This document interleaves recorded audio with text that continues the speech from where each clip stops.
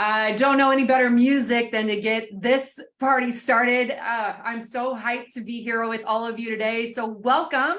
My name is Therese Vignal, and I am the in-game host for your San Francisco Giants and on-air talent for NBC Sports Bay Area. So on behalf of the Junior Giants program and the Giants Community Fund, we want to thank you for joining us this evening for our very special Game Change Hers Spotlight event. Today, we are celebrating National Girls and Women in Sports Day. I love this day. So getting to host this event is truly an honor for me. Sports have been a huge part of my life and have been an integral part of who I am today. I grew up playing sports. I even played Division I college volleyball, go Buffs. And now I get to talk about sports for a living. So to be here with all of you and help rally more people to organize and support girls sports is something, I don't know if you can feel my energy, but I am so pumped to do this event with all of you. For those of you that are unfamiliar, this annual celebration recognizes student athletes, champion athletes, coaches, administrators, and lawmakers committed to providing equitable access to sports for girls and women. Gender equality in sports is something the Giants Community Fund is really passionate about, and the fund believes that the field is for everyone, especially girls. It is no secret that being involved in sports has so many benefits. Did you know that girls and women who are more physically active in adolescence and young adulthood are 20% less likely to get breast cancer in life? Girls who participate in regular exercise experience lower rates of depression and demonstrate higher self-esteem. And get this, this was one of my favorite ones. 94% of women executives reportedly played organized sports after primary school. Thanks to all of our friends at Positive Coaching Alliance for those awesome statistics. So our world has seen so much progress when it comes to gender equality in sports, as we've seen it right here in San Francisco with our very own friend, Alyssa Nakken, who was named the first full-time female coach in Major League Baseball history. But there's still so much work to be done. For 3 decades now, the Giants Community Fund, the nonprofit of the San Francisco Giants, has been hard at work providing free baseball and softball programming for over 400,000 youth in underserved communities through their flagship program, Junior Giants. This free, non-competitive, and co-ed program uses the power of the game to teach important lessons in health, education, bullying prevention, and character development to 30,000 youth each year. While the program reaches 30% of it is girls, they're on a mission to reach 50%. Through the fund's Game Change Hers initiative, the fund aims to get more girls in the game by 1, empowering existing Junior Giants leagues to add girls softball division while also continuing to seek communities to join in. 2, intentionally recruiting girls to play ball through intentional outreach to communicate that this is a free, I will repeat for the people in the back, free program that is accessible to all of them. And 3rd, finding strong, dedicated female volunteers to serve as role models on the field. So stay tuned. At the end of this, we'll share a few ways you can get involved with the Game Change Hers mission. But now, without further ado, I am excited to welcome our first 2 panelists. Our first guest is one of the assistant softball coaches at Cal Berkeley. While this may be her first year on the coaching staff, she's been a force on the field, serving as a head softball coach at Vanguard University for 3 seasons. She's also a 3-time NFCA All-American and the 2013 Pac-12 Player of the Year. As an Arizona State alum, she is the 4th player in college history with 56 career home runs and is 5th in RBIs, totaling 197. Woo, girl, you've got quite the resume, so I can't wait to bring you in. Please help me welcome Amber Freeman. I'll clap. Yay, Amber, so excited to have you with us today. Hi, thank you so much. I'm so happy to be here. And joining Amber on our first panel this evening is a woman who is an expert when it comes to getting girls in the game. As the director of Gender Equality Initiative at Positive Coaching Alliance, she is hard at work advancing sports-based gender equality for girls, coaches, schools, youth sports, stakeholders, and community programs. She has a decade of experience as a nonprofit Title IX attorney, including with legal aid at Work Fair Play for Girls in Sports Project. Before law school in New York, she worked for a U.S. senator and with the National League of Cities in Washington, D.C. Outside her office, she coaches youth sports, played Division I college volleyball for Brown University, and enjoys any and all pickup games with family, friends, and colleagues. So please help me welcome Kim Turner. I'll do another round of applause. Kim, thanks so much for joining us. Thank you so much. Great to be here. So Kim, Amber, thank you both for joining us today.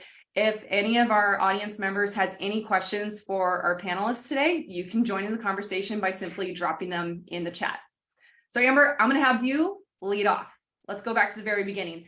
How did you get involved with the game of softball, and what motivated you to not just keep playing, but now you're a coach, you wanted to keep doing it even more? When I was 5 years old, I'm from SoCal. I'm from Lakewood, California. My dad was just randomly driving by a local rec league. It was called Long Beach Hartwell Fast Pitch. And he was a baseball, football guy, didn't know much about softball, but for some reason, he just decided to stop one day and sign me up to play softball. And I'm so grateful he did, because has been such an amazing journey transitioning from a player to a coach. And the biggest reason I coach, it is definitely my why in life. I love giving back. I love impacting young women, trying to teach them obviously softball skills, but life skills. I've had so many great coaches in my life that I still kind of hear in my head when I'm going through different things that have taught me so many different ways to navigate through life and be successful. And so I just hope that through coaching, I'm able to impact a young woman and change her life in some way, like my coaches have done for me. Awesome. So Kim, I'm going to send it over to you now. You were also involved in sports at a young age. How has your background inspired you to pursue your current career? Thank you. Well, I don't have my Park and Rec softball trophy in front of me right now, but I still have it. And my kids look at it all the time and think about those amazing memories I had growing up, also in Southern California, playing a lot of rec league sports, volleyball, soccer, basketball, softball, all the sports, anything I could run after in terms of a ball, I was excited to do. And so every day I kind of channel that joy that I had as a kid playing sports for my school and Park and Rec. I was lucky to have a mom who played sports and was actually on the U.S. women's national volleyball team. So not everybody has a mom like that. I realize, of course, that was a special gift. And, I try also to share the advocacy that she had for me in playing anything I wanted. I want every kid to have that advocate in their corner. So I do that each day with Positive Coaching Alliance, saying to kids, no matter your gender, race, socioeconomics, even skill level, you don't have to be an Olympian to have fun and experience that joy, make a new friend, and hopefully hit a softball or baseball, to over the fences. So taking that theme of finding those advocates for young people, Amber, you're a coach, you play a very important role for being advocate for young women. And I'm sure your experiences as a player and your relationships with your previous coaches have influenced how you are as a coach and how you interact with players. Was it a coach or maybe a female role model growing up that motivated you to be your very best? Absolutely. Well, there's two, Natasha Watley and Tariah Mims, now Tariah Flowers. I was a diehard Bruin growing up, and I know. I was a diehard Bruin growing up. Like, I was the Batgirl when I was 9. I went to an overnight camp there, and my world completely changed, because I'm like, wow, these women are elite, and they're playing at such a high level, and they kind of opened my eyes to college softball. And so I would say Natasha Watley and Tariah Mims really changed my life. And on top of that, they also look like me. And, it's really cool to see women of color in the game. And so those two women really, really inspired me and showed me that I could do whatever I wanted to do. And they kind of, show me that was possible. And, them being Olympians and on the national team, that was like so inspiring to me. So I would say those two, meeting them absolutely changed my life. And I'm still in close contact with them today. I talk to Natasha all the time.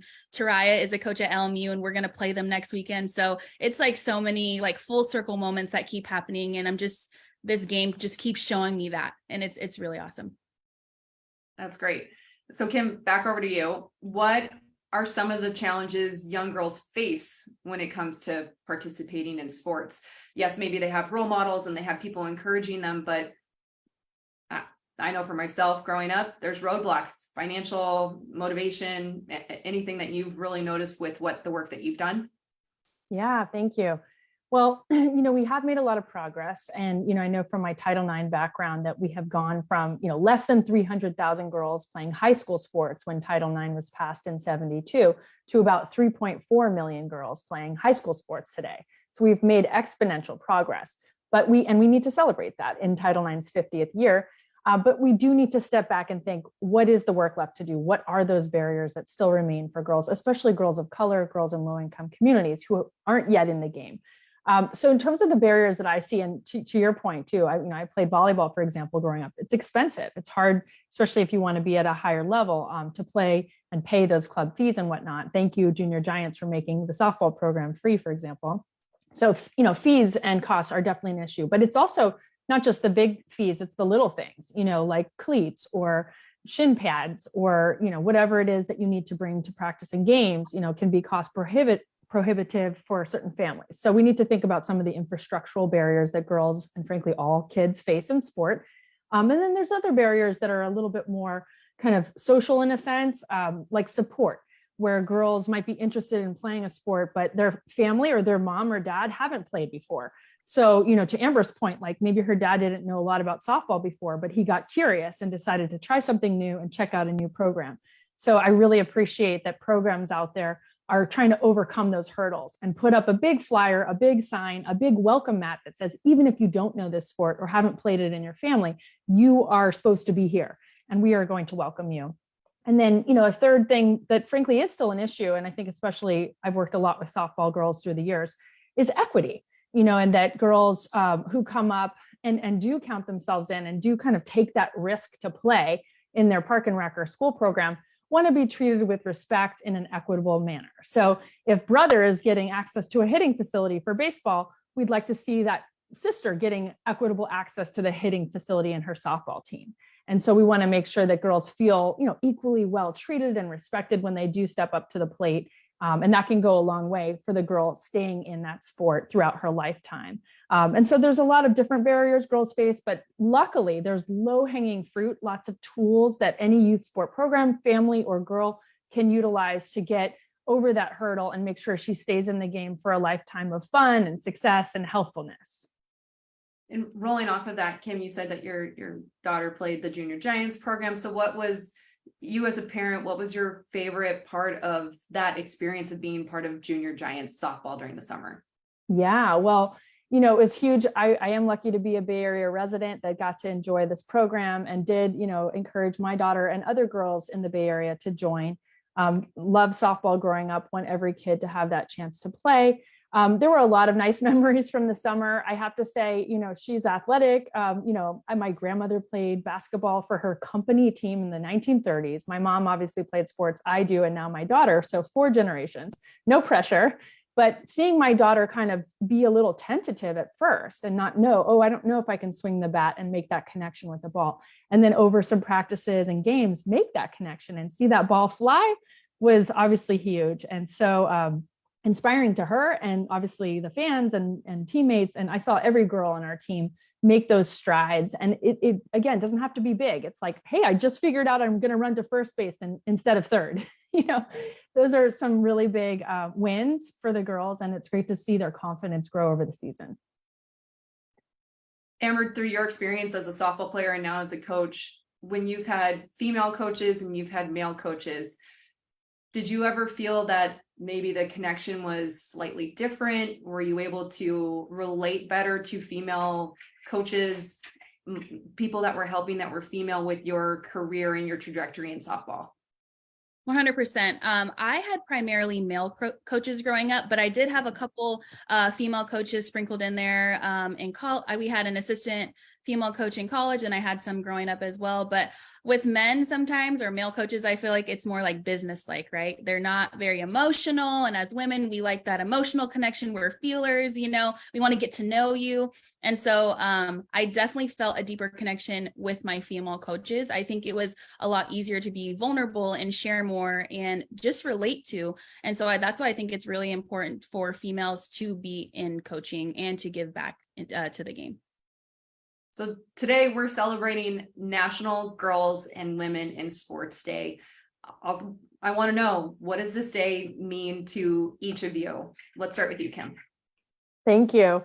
Well, it has a lot of meaning in lots of different ways. And, it has been around, many decades now, but wasn't around when I was born. So already, I think in the last several decades, we've gone out of our way to celebrate these moments. And I think it really helps girls and women feel honored and supported. So just having the day itself is exciting. I know I have my Giants gear, but I also wore my WNBA sweatshirt today around town. And I just felt like this is a great day to get on our girls and women sports gear and celebrate. The other thing, just kind of interesting is this day also honors a US volleyball player, Flo Hyman, who is a woman of color in Southern California, who was an incredible athlete who sadly passed away too soon.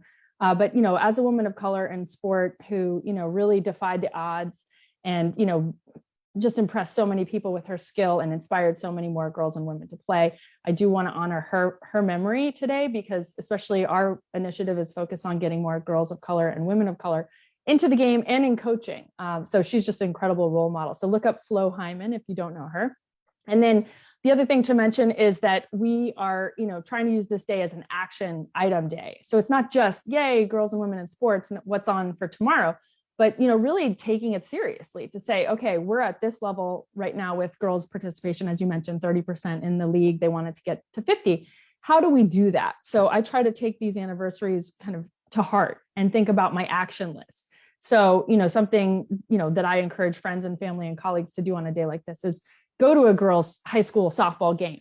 Get season tickets to those games, women's college games. I also have a Bruin connection, UCLA, but, support all the universities and colleges of California and beyond, but, took my kids to a college women's basketball game not long ago, so get the tickets, fill the seats, buy the gear, wear the gear, it's obviously not, it doesn't have to cost a lot. Sometimes you get free gear at handout events and whatnot.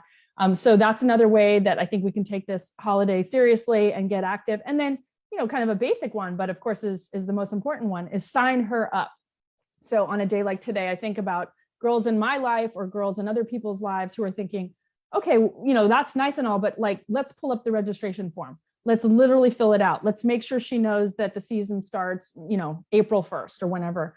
So I know knowledge is power for a lot of families. That they're a little bit overwhelmed sometimes, like, well, I don't know where to begin. I don't know who to call. I know on this call that we have some folks very close to the softball league who could easily explain to families, this is how you sign up. This is how you, find the practice field. Like logistics are a big part of it. So making sure the girls and families feel like they can get there and be there is huge. So those are some of the ways I like to celebrate today. And I pretty much celebrate this day every day of the year. It shouldn't just be one day, it should be every day. Yes. Exactly. I appreciate all your calls to action. We're going to have more of that at the end of this call as well. But Amber, taking off of what Kim had to say, what is the celebration of today mean to you, player, now a coach? I think it's so important because, we're talking about equity in male sports and female sports, and we all know it's not there. And so I think it's really cool for us to have a day, like you said, we should every day, right? Should be celebrating these things. But I think it just really brings recognition and really highlights, female athletes that are elite, because I do believe that our sport, women's sports in general, do not get the recognition that they deserve. And there's so many great athletes out there that many people don't even know about, just simply because we're women. So this day is really, really important to me. I think it matters. I think more people should know about it. So yes, I'm very passionate about sports, women in the game, girls in the game, and just signing her up in general, because without my dad randomly signing me up for rec ball, I wouldn't be sitting in this position today. So I think it's really, really important to take that first step in signing her up. That's some great advice you're giving for parents, Amber, but what advice would you have liked to have heard maybe when you were a high school, college player, maybe even like a middle school kid, that when you're just getting started with sports, what was either some of the best advice you heard, or what advice would you have liked to have heard? I think just never letting someone tell you can't do something. Just a little backstory on me. I had a really serious injury when I was 11. And I remember the doctor came in and told me I'd never be an athlete because of this injury. And when he left, I looked at my parents, heartbroken, my dreams are crushed. And my dad and my mom both said to me, like, you don't let someone tell you can't do something, no matter what. And so I think it's just really important to let girls especially know that they can do whatever they want to do. And that's always my message to women, girls in the game, that you can do anything that you set your mind to, and don't let anyone tell you you can't do something because you can. So I just like that positivity, that encouragement, that drive for these young girls to know that they can accomplish whatever they want. It doesn't matter. Wow, that I will say this from the chat and agree with this, that this is a really empowering story that you just shared. Kim, I'm going to have you try not top that, but what advice maybe could you give to some parents right now? You've been firing off all these calls of action, but at least like we don't always have parents like Amber's dad who just go and sign them up. So what's some advice you can give to parents to help their daughters get out there and play sports? Yeah, thank you. And, I appreciate Amber's point about, men as allies and boys as allies. And, gender equity is a big puzzle of many pieces that have to come together. So I would, just highly recommend for parents and guardians and anyone in a girl's life, because we know we have non-traditional families with a whole sort of assortment of composition. So maybe grandmother or uncle or somebody is saying to the girl in their lives, you can do it, you can play. And I've seen that a lot in my coaching experience with girls in the Bay Area. I've coached soccer, basketball, et cetera. And, sometimes the parent or guardian can't come at all. It's a friend of the family that's saying, hey, I want to make sure I can help carpool this girl to her practice and bring her to games so that she has that experience. So in terms of, what I would share with parents and guardians is, first of all, put aside presumptions, because we still have society where, we think, honestly, just based on media sports coverage, we're seeing a lot more male sports on our TVs and on our screens. So that presumption that boys and men play sports, we have to overcome that and say, no matter this person's gender, they're going to play sports. So presume that she wants to play, presume she's in. And that's huge. So actually I, try and buy like new babies, like, women's sports gear, it's like, okay, here's your little bat, here's your tiny ball, but seriously, I mean, I have a son and a daughter. They all got the sports gear by the time they were 1, and the toddler basketball hoop and the mitt, the glove, et cetera. So I would say to parents and guardians, like, just count her in on everything, no matter what. She's a blank slate and she's ready to play and she's ready to participate. I'd also say, be creative, because I know as a parent myself, it's a lot, right? Like there's a lot you're juggling. You're getting the homework done. You're doing your own job. You're managing the kids' needs, you're managing all sorts of things. But try to make time for sport and activity. It is important. Those statistics you shared are real. That in fact, there's another one out there that girls who played high school sports are correlated to make 7% higher wages as adults compared to non-athlete peers. So we're seeing that girls who do play actually not just have fun in games, but make dollars and cents from playing. And so I try to remind parents and guardians that think, oh, well, sports can be a distraction for my daughter, like from school or from other obligations, right? They want to make sure that her homework's done. Well, in fact, we're seeing that girls who play sports get the homework done and succeed in school and graduate at higher rates and actually make more on the job as adults. So it's actually an ingredient in economic and educational success to play sports. So I would remind parents and guardians, kind of on a micro and macro level, that it's worth it, even though it is hard, to juggle it all.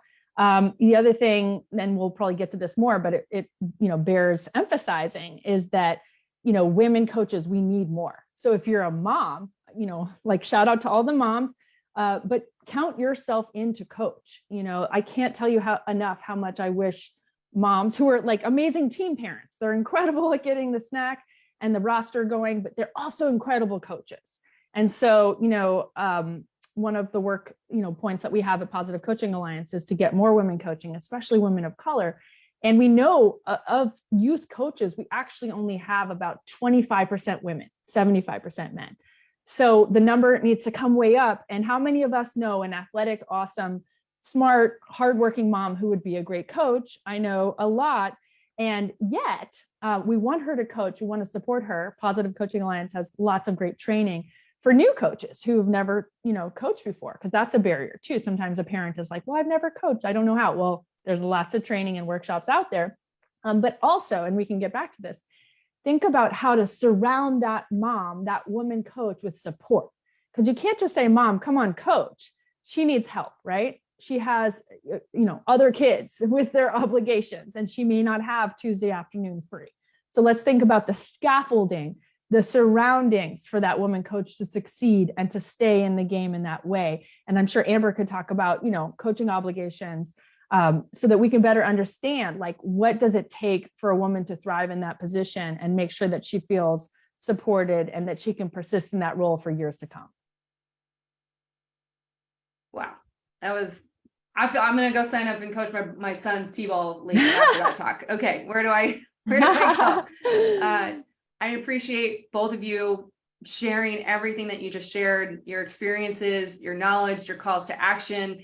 This was awesome getting to celebrate National Girls and Women in Sports Day with both of you. You're both doing incredible work for the next generation of female players and leaders. So on behalf of everyone that's here, I want to thank you both, Amber and Kim, for your time and for just sharing everything that you shared today.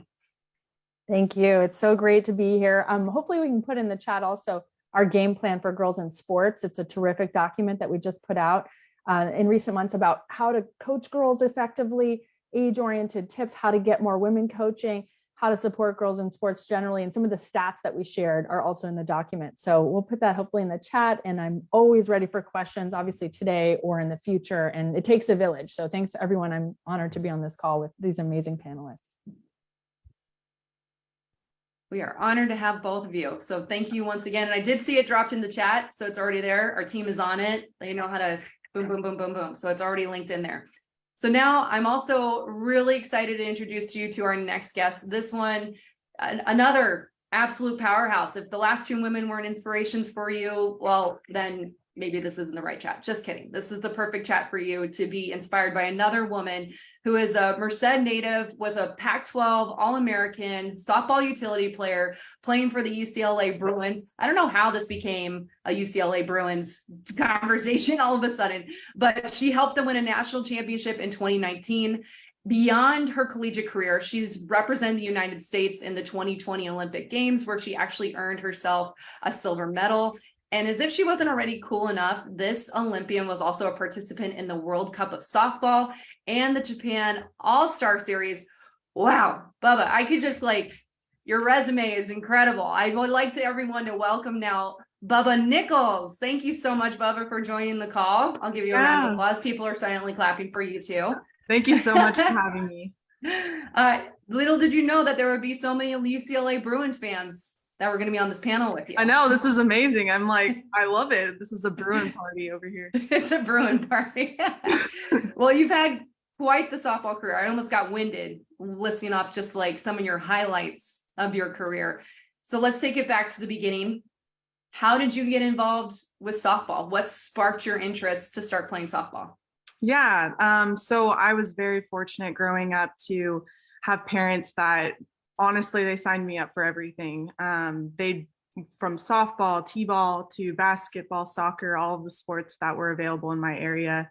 And I was just very fortunate to have parents that signed me up, and then not only signed me up, but I had parents that would go outside with me and work with me. We would throw a softball around, or I'd kick a soccer ball with them. And just over time, I just slowly started to eliminate the ones that I didn't want. I really just love softball. And so over time, I just really wanted to commit to softball, and eventually softball was what became my passion.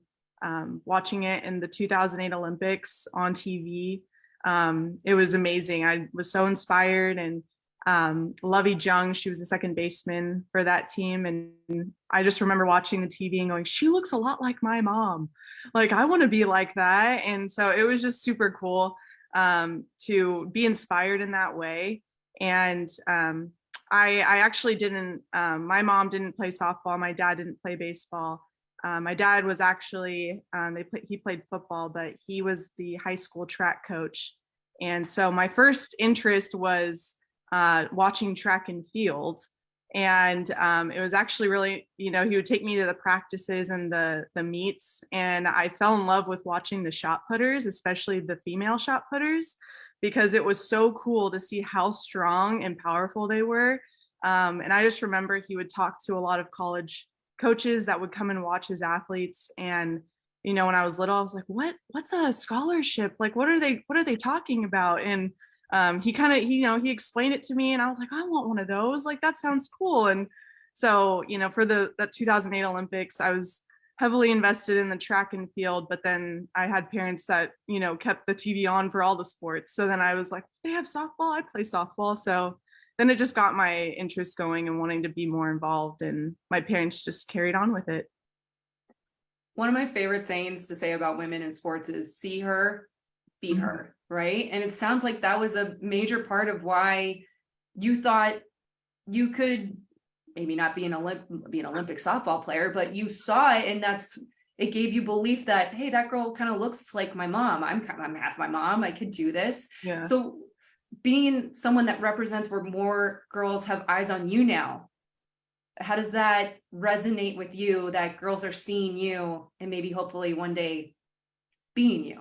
Yeah, no, I think it's super exciting and just cool just to be, you know, even in this space of being able to just talk about, you know, girls and women in sports. And you never know how you influence someone. You never know, you know, my college coach always said, you never know who will fall in love with your smile. So she always told me whenever I go somewhere, just smile and just, you know, enjoy where you're at. So I was like, you know, that's probably what I fell in love with, just watching all those women having fun. And I hope that everyone can just honestly enjoy just learning from all these amazing women in sports.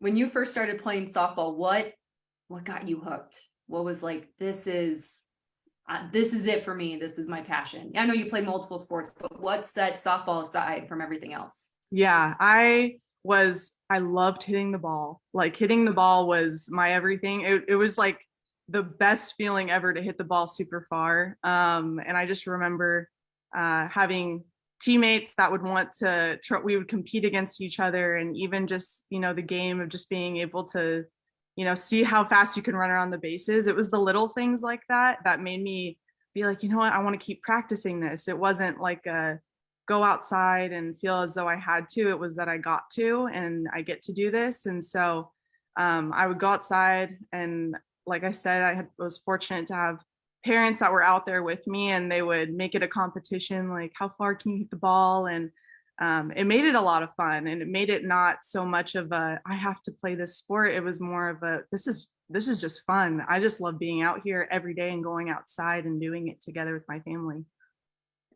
So we'd love to hear about your experience on Team USA. I can't, like, I have to do it with my fist when I do it. Okay, so what was your favorite memory that you had from playing on the Olympic team?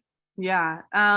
So the Olympics were definitely a whirlwind, since COVID really just took over in everyone's lives. But the Olympics were definitely a unique experience, from being delayed a year to having no fans in the stadium. It was pretty crazy. That was the first time softball had been in the Olympics since 2008. So it was kind of a big deal for our sport. It felt as though there was a lot of pressure and a lot of weight on us of, okay, this is, you know, this hasn't happened in the past 12 years. We have to, you know, be a light. We have to be the best that we can be on this stage.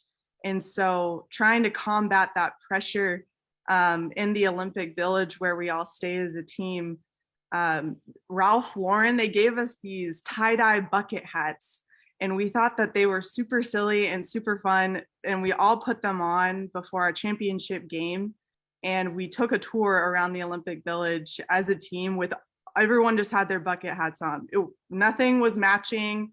It was we looked so funny, but we wanted to feel touristy, and we wanted to take it all in.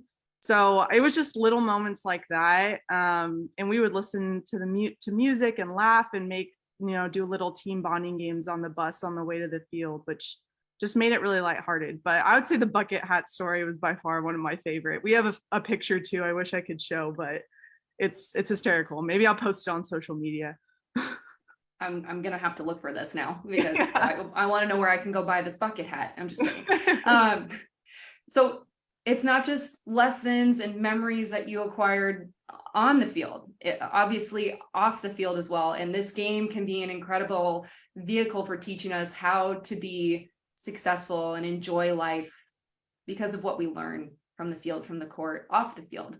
Mhm. So what were some of the things that you learned that you were given from softball that has helped you be just a successful, I'll say happy, you seem like you're a happy person in your everyday life.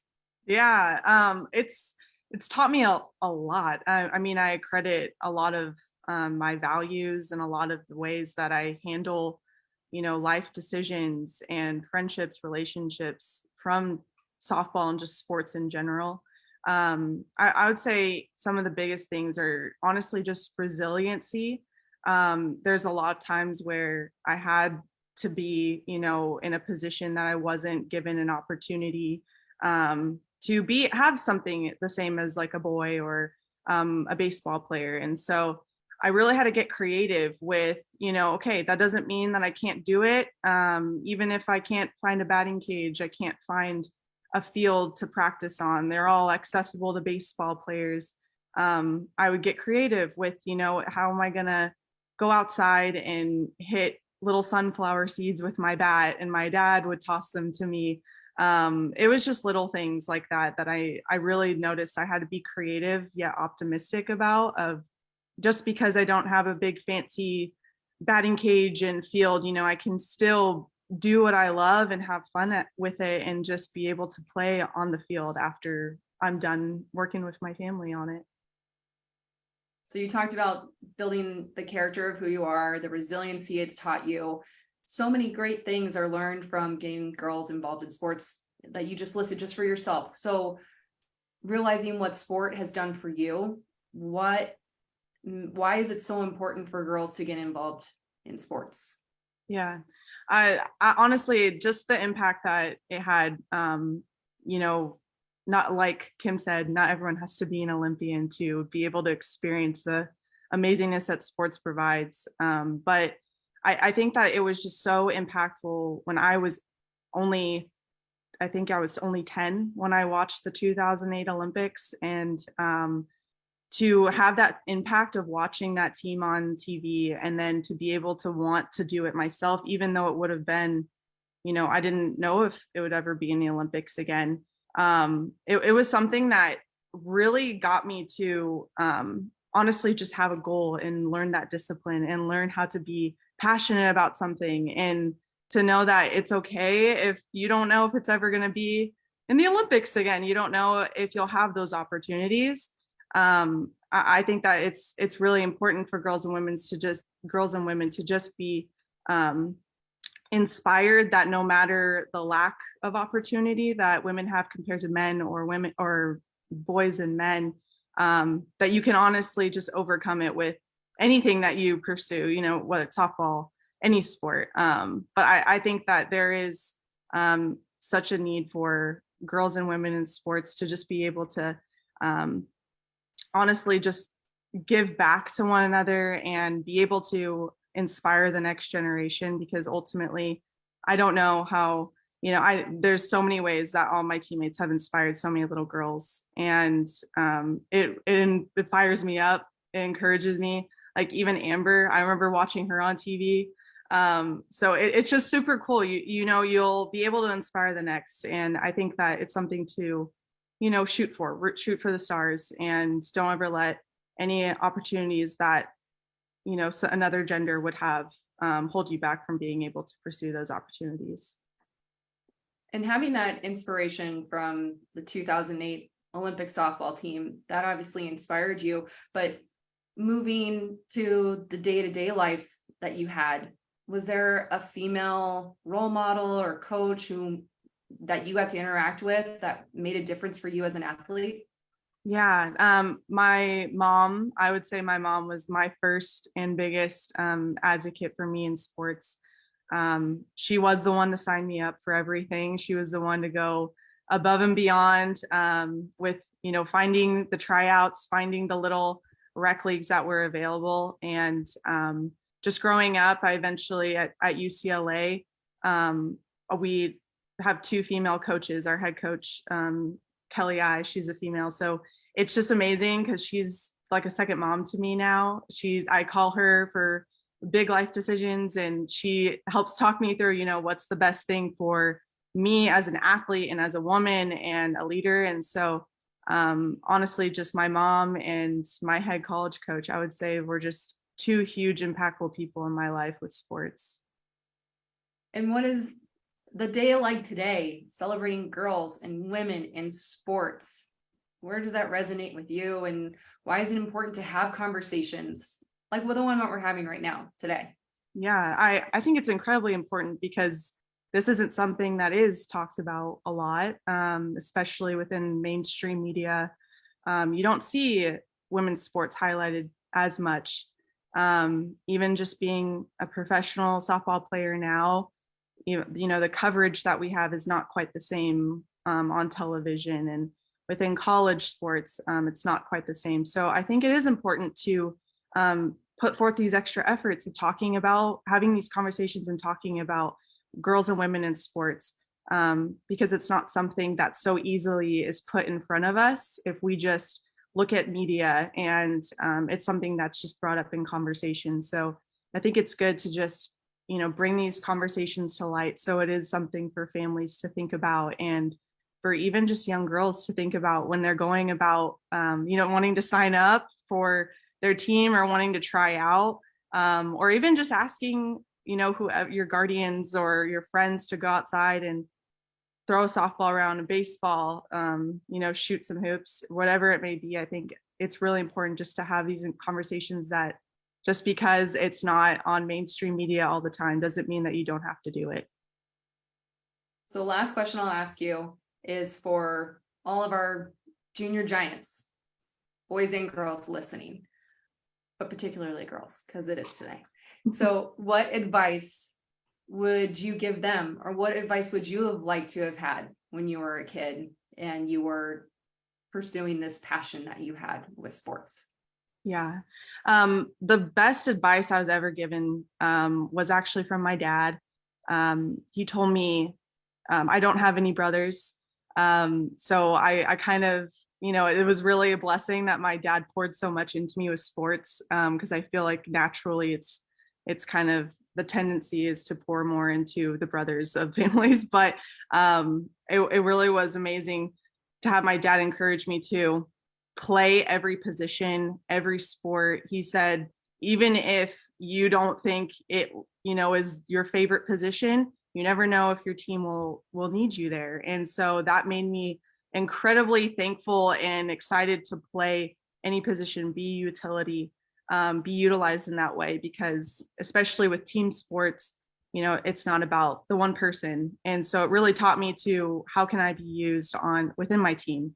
And I think that that's my biggest piece of advice, is to try everything. Like, even if you're on a baseball team and you want to be the pitcher, try being the pitcher on the baseball team, or if you play football, try and be the quarterback, even if you've never seen it. Like, just go for it, because you never know. And it's so amazing to learn all of these different positions, these different sports.